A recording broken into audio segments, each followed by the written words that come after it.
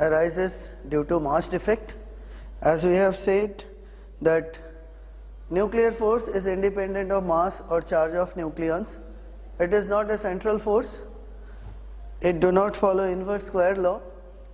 It depends upon mass defect. It is found that mass of a nucleus is slightly lesser than the mass of its nucleons. Total mass of nucleons is slightly greater than the mass of the nucleus.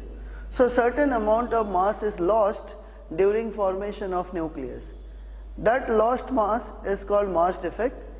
That lost mass is released in the form of energy according to Einstein's relation E equal to mc square.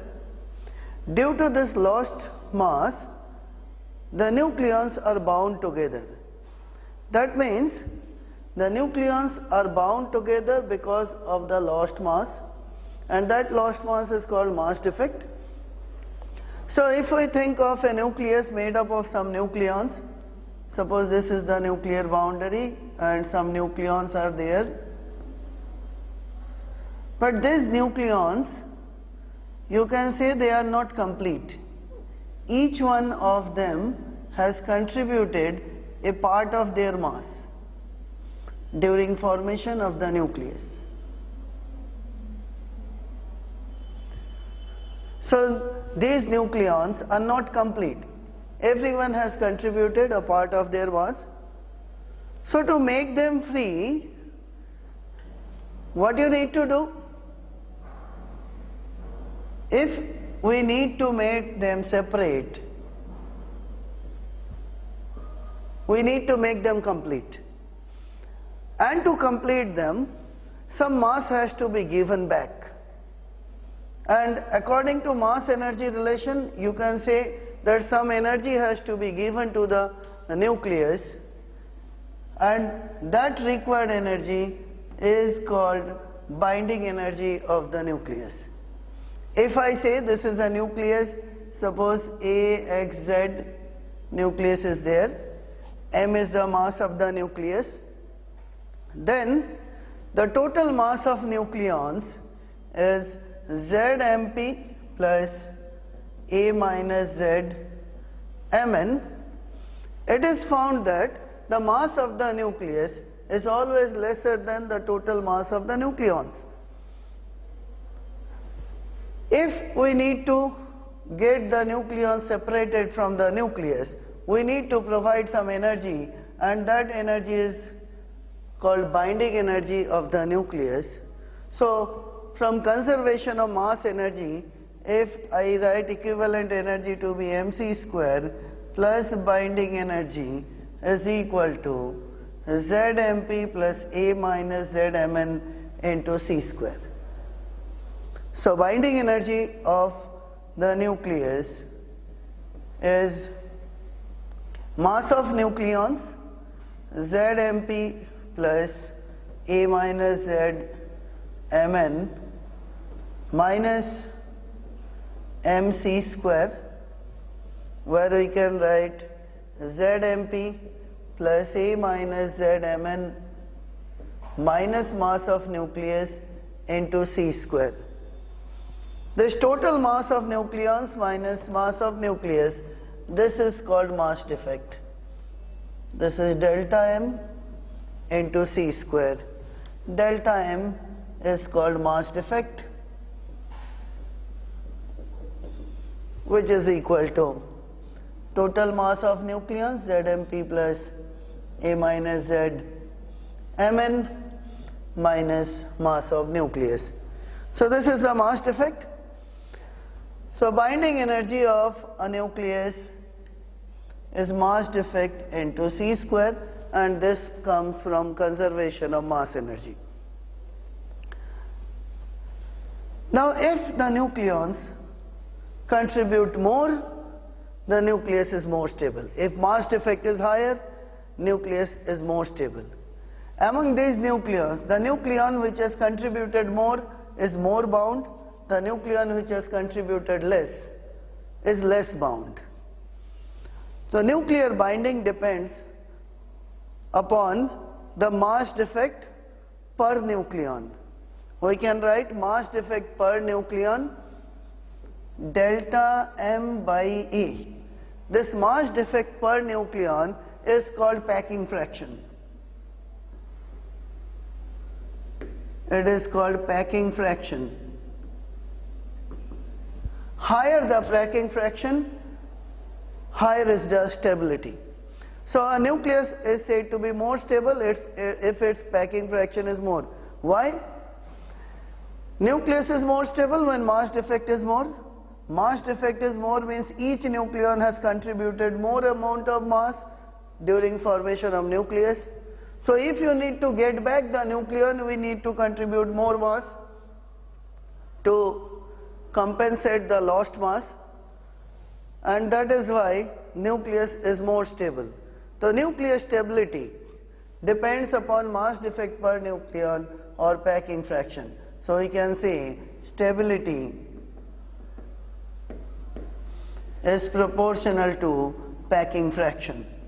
Higher the packing fraction, more stable is the nucleus.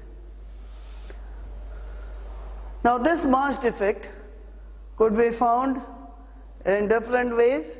If we write the mass defect in the unit of mu, then the binding energy can be written as, if mass defect is written in mu, then delta M and the C square, if we put the values, it is 931.5 mega electron volt per mu.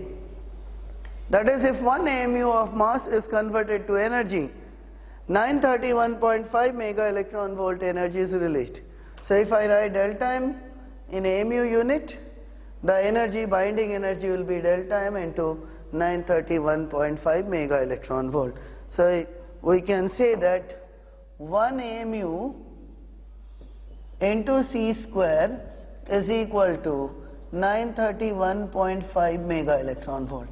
Remember this value, 1 mu of mass is equivalent to 931.5 mega electron volt of energy. Okay. Now here from mass defect per nucleon, we can also find binding energy per nucleon. So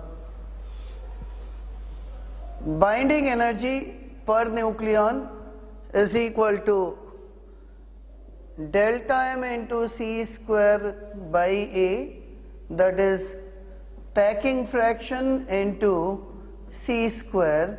This is the binding energy per nucleon. Higher the binding energy per nucleon, higher is the packing fraction. Higher the packing fraction, nucleus is more stable. We can find the binding energy per nucleon for different elements.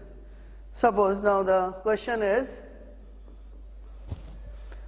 what is the binding energy per nucleon of helium nucleus? Mass of helium nucleus is 4.0027 mu. Then what is the binding energy per nucleon for helium atom, helium nucleus? So how we could find? Helium is nothing but 2He4, that means it has 2 protons and 2 neutrons. So delta M is equal to 2mp minus 2mn minus m, that is the mass defect, twice of 1.0078 mu minus plus twice of 1.0087 mu minus 4.0027 mu, that is the mass defect. So it can be written as 78 plus 87 is 165, twice of 165 is 330, so it is 4.0 330 minus 4.0027 AMU. This is the mass defect, or we can write it is 0.0303 AMU. This is the mass defect. So here from I can write binding energy delta M into C square, that is 0.0303 into 931.5 mega electron volt, and here from I can have binding energy per nucleon is 0.0303 into 931.5 by 4 mega electron volt. This is how we can find binding energy per nucleon for various nucleus. And then we can plot a graph which can show us the stability of nucleus. Let us see the binding energy graph. This is how we can find binding energy per nucleon. If we plot the graph of binding energy per nucleon versus number of nucleon, it is found that the graph is like this. The graph has a peak at iron 56. The binding energy per nucleon for iron 56 is 8.7 mega electron volt. There is a peak at iron 56, it is 8.7 mega electron volt. As binding energy per nucleon for iron 56 is maximum, the iron 56 nucleus is most stable nucleus. Not only iron 56, elements close to iron 56, that is nucleus of medium size, the elements present within this range, they are comparatively more stable. So this is the region of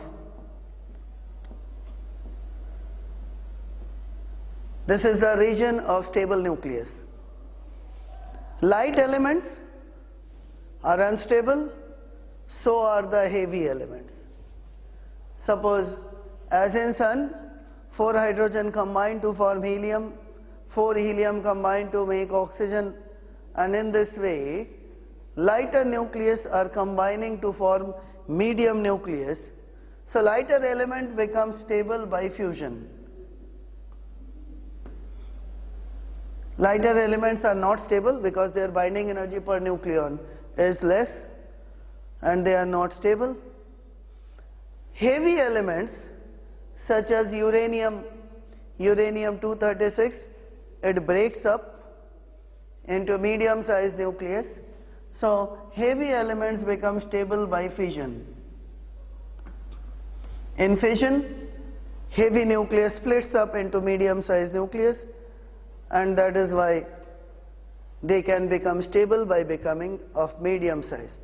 Or there is one more possibility, later we will come to know, it is alpha decay. By alpha decay, heavy elements can become stable. So only medium sized nucleus are more stable, neither light one nor the heavy one. Light also try to become medium, heavy also try to become medium. Light becomes medium by fusion, by combining. Heavy becomes stable by fission, that is by splitting up. So this is how we could get the nature of different types of nucleus which can give energy by fusion and which can give energy by fission. There are some anomaly here, some kinks are there. At the higher side of the kink, we have elements with even number of nucleons. At lower side, we have elements with odd number of nucleons. Later we will come to know that in the nucleus, when there are pairs of neutrons or protons, those nucleus are more stable than the one which has unpaired nucleons. unpaired neutrons or protons. Similar to that, you learned in chemistry that the elements with unpaired electrons or odd number of electrons in valence shell are more active than the paired one. Here also the similar situation can be explained. When there are pairs of neutrons and protons, nucleus are more stable. When there are unpaired neutrons and protons, then the nucleus is less stable. Now we need to know the nuclear reaction. This fission, fusion, decay, all are nuclear reactions. Nuclear reaction or nuclear collision.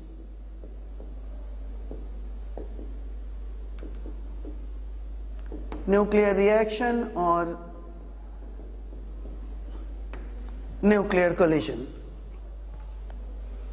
What is nuclear reaction or nuclear collision?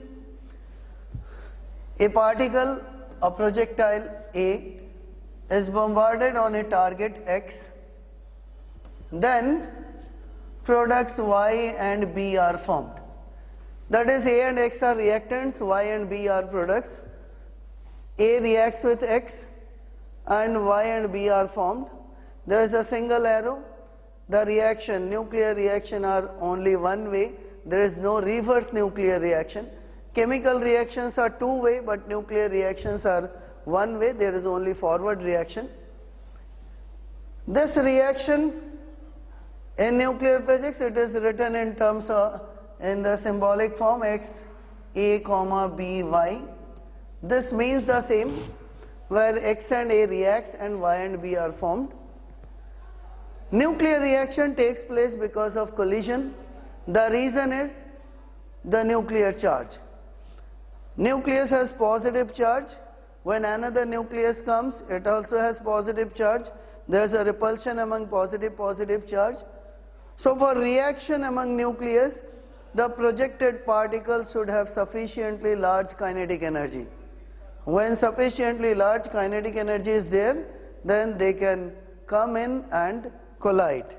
So reaction can take place only by collision. So that is why nuclear reaction is also called nuclear collision.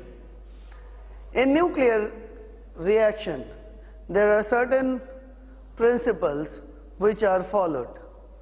First one is principle of conservation of mass energy. So far in mechanics you have seen mass is conserved, you have also seen energy is conserved, but in nuclear reaction mass plus energy is conserved. Only mass is not conserved, only energy is not conserved. Reason is E is equal to mc square. Energy can be converted to mass or mass can be converted to energy. They are interrelated. So first is conservation of mass energy. Second one is conservation of charge. Total charge before reaction and total charge after reaction remain same. So charge is conserved. Next one is number of nucleons. Number of nucleons is also conserved, except two reactions, pair production and pair annihilation, that we will be getting later on. What is pair production and pair annihilation? But except those two phenomena, in all other reaction, number of nucleons are conserved. That is, total number of nucleons before reaction and total number of nucleons after reaction remains conserved. Apart from this, we have conservation of spin. That is, total spin before reaction and total spin after reaction are equal. Spin is also conserved, spin angular momentum is conserved, magnetic momentum is conserved. Linear momentum, conservation of momentum,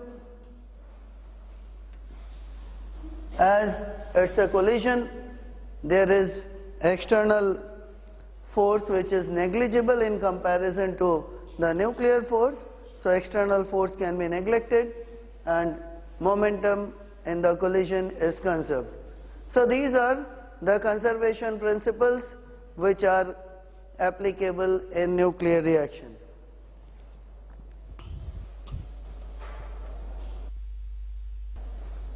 So these are the conservation principle followed in every nuclear reaction. So let me first write the energy of reaction, how we could find how much energy is released or absorbed in a nuclear reaction. Suppose M1, M2, M3 and M4 are the masses of the particles. K1, K2, K3 and K4 are their kinetic energies.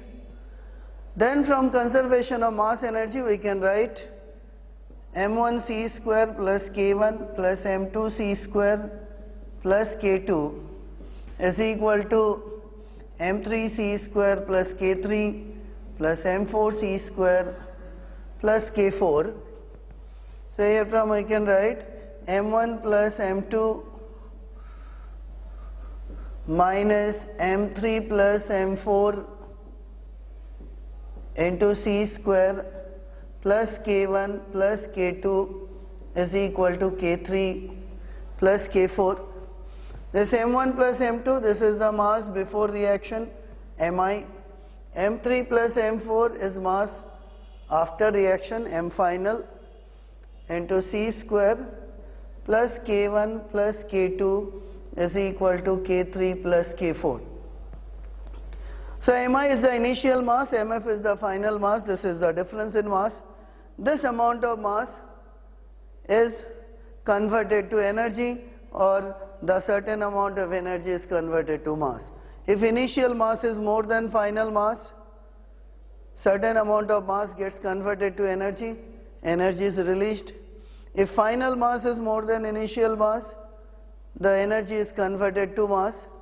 This particular quantity Mi minus Mf into C square, this is called energy of reaction, or Q. Q plus K1 plus K2 is equal to K3 plus K4, where Q, or energy of reaction, is Mi minus Mf into C square. This is the energy of reaction. In terms of kinetic energy also we can write Q is equal to K final minus K initial. As you could see, K3 plus K4 is final kinetic energy, K1 plus K2 is initial kinetic energy. So Q is equal to K final minus K initial.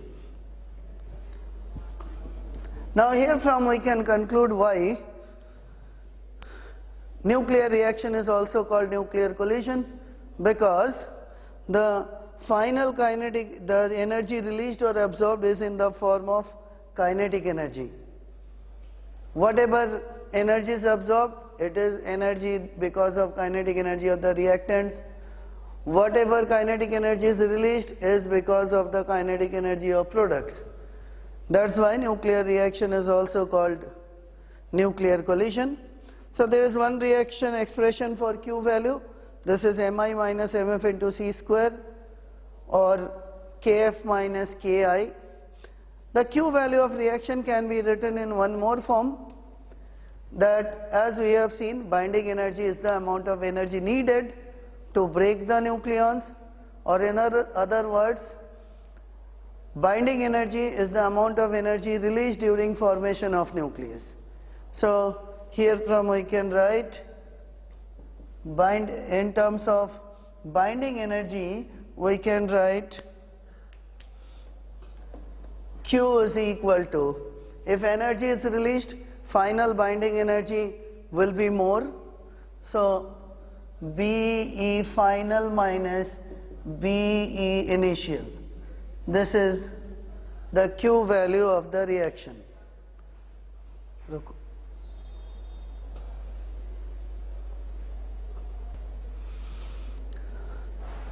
Now, so energy of reaction can be expressed in three forms of equations. It is Mi minus Mf into C square, Kf minus Ky, or final binding energy minus initial binding energy, that is the energy of reaction. Now depending upon the value of Q, the nuclear reactions are categorized into two types. If energy is released, this is called exoergic reaction.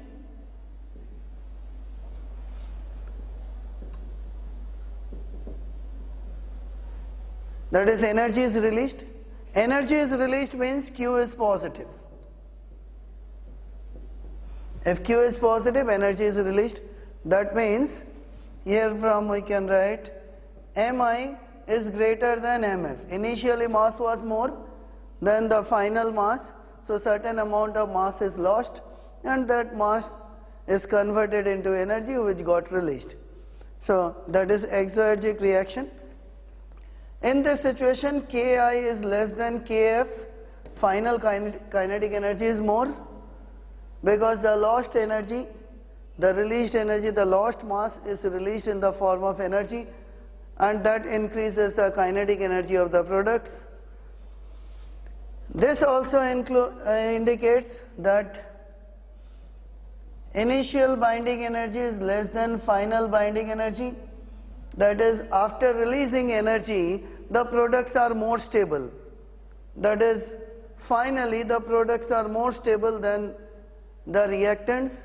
This is exoergic reaction.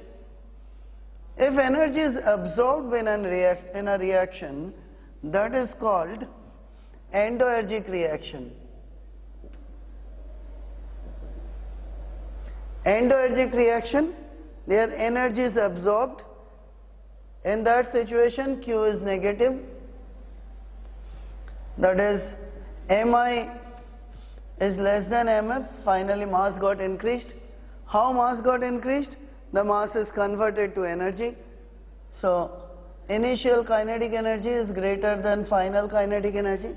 Initial amount of kinetic energy, a part of it is converted to mass. Or initial binding energy is more than final binding energy. That is, the final product is less stable.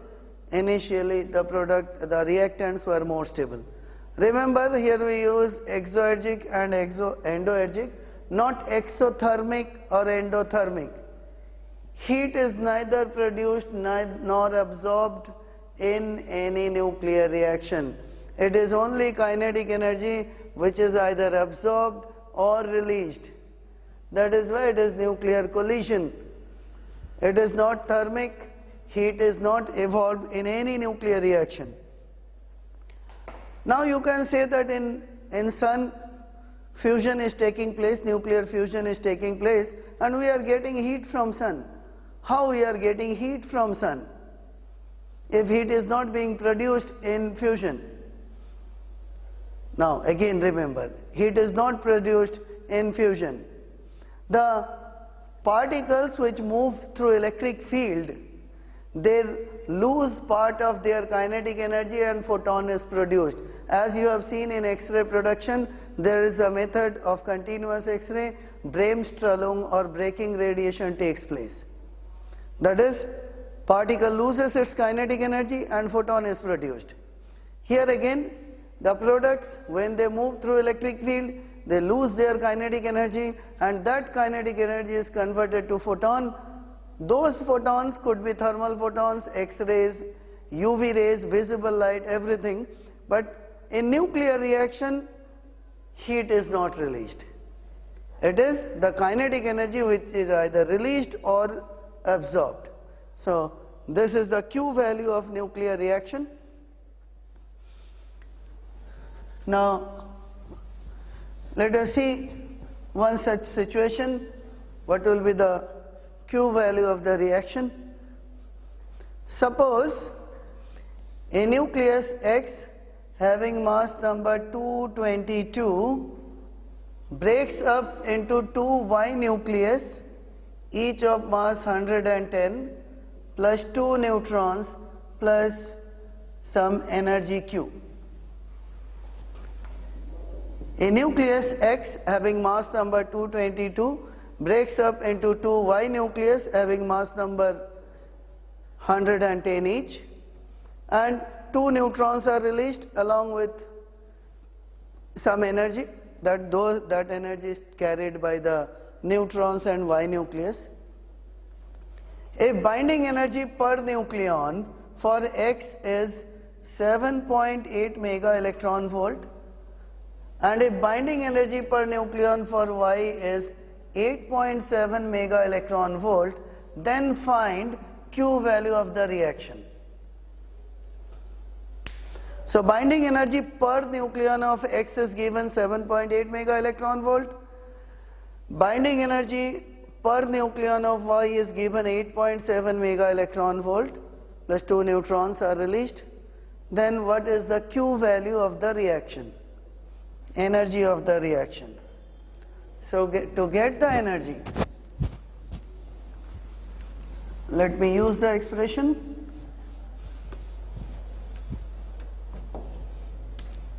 Q value of the reaction is final binding energy minus initial binding energy.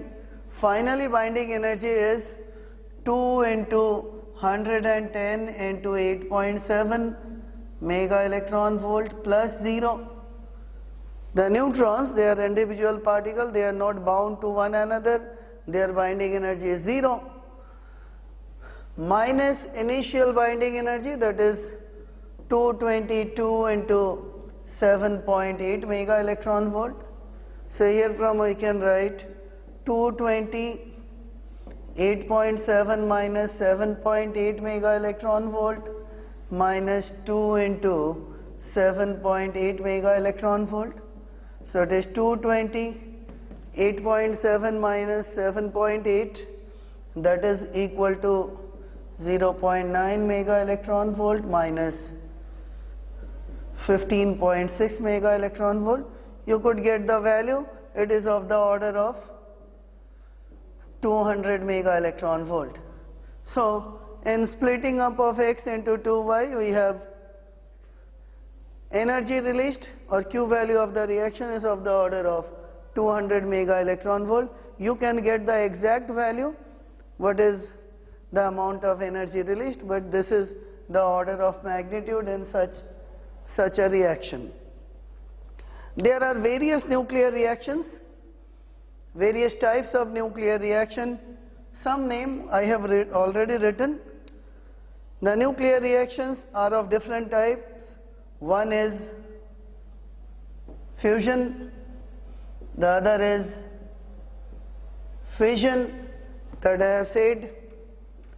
There is another type of reaction, that is decay. Radioactive decay will be getting later on. Alpha decay, beta plus minus decay, gamma decay, K capture, proton emission, neutron emission, etc. So various types of decay processes there. There are some more reaction. One is pair annihilation. All these reactions are exergic.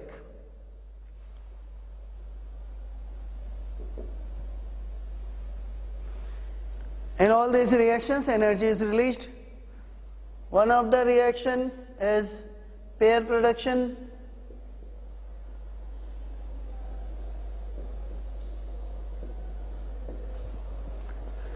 Here energy is absorbed, here energy is converted to mass, and with this method our universe came into existence. Masses are created. This is endoergic. So these are the various types of nuclear reaction.